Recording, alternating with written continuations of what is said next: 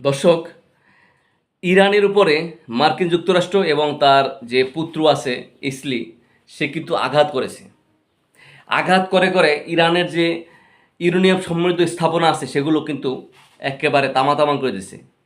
এবং তাদের যে পারমাণবিক স্থান যেখানে ছিল, যেখানে পারমাণবিক বানানোর জন্য চেষ্টা প্রয়াস চালাচ্ছিল, সেই স্থাপনাগুলোও শেষ করে দিছে। কিন্তু এখন এই যুদ্ধের রানিং অবস্থায়ও ওই যেখানে যেখানে স্থাপনায় আঘাত করছে ওই ক্ষতিগ্রস্ত দিকগুলো, ক্ষতিগ্রস্ত সিস্টেমগুলো বাদ দিয়ে নতুন করে আবার পুনর্নির্মাণ করছে তারা। ভাবা যায়, মনটা ভরে যায় না? ভাই ভালো লাগে ভাই এগুলা।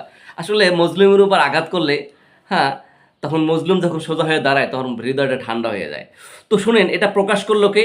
Central for Strategic and International Studies. এখানে সদ্য প্রকাশিত, মানে নতুন করে প্রকাশ করছে। আমি দেখি, আমি আপনাদেরকে জানালাম। এই যে দেখুন, আমি নিউজগুলো লিখলাম, লিখে তারপর আমি আপনাকে শর্টকাটে আমি বলতেছি। তো এখানে প্রকাশ করছি। তো কোথায় কোথায় স্থাপনাগুলো হচ্ছে সেটা শুনুন। ইস্পাহান, নেতানজু এবং ফোর্দু, এই তিনটা স্থানে অলরেডি বড় বড় পারমাণবিক স্থাপনাগুলো এখন পুনরায় পুনর্বাসনের জন্য, সক্রিয় করার জন্য মানে চেষ্টা চালাইতেছে। এবং আগে তো যদি 8 ঘন্টা কাজ করে, এখন সর্বোচ্চ আমি যতটুকু নিউজে পাইলাম 24 ঘন্টার মধ্যে 24 ঘন্টা কাজ চালাইতেছে, শিফটিং বাই শিফটিংয়ে, যাতে অতি দ্রুত এটা প্রকাশিত হয় এবং নতুন করে করতে পারে। তো এই ক্ষেত্রে স্ত্রীর কি ঘুম আছে? মনে হয়, মনে হয় কি ব্যাপারটা, মনে হয় কি ঘুম আছে? ঘুম হারাই গেছে। কারণ ঘুম হারিয়ে যাওয়ার কথা রে দাদা। কারণ ওরা চায় ওরা পুরো বিশ্বটাকে তামা তামা করে দেবে, তামা তামা করে দিয়ে ওরা বিশ্ব শাসন করবে।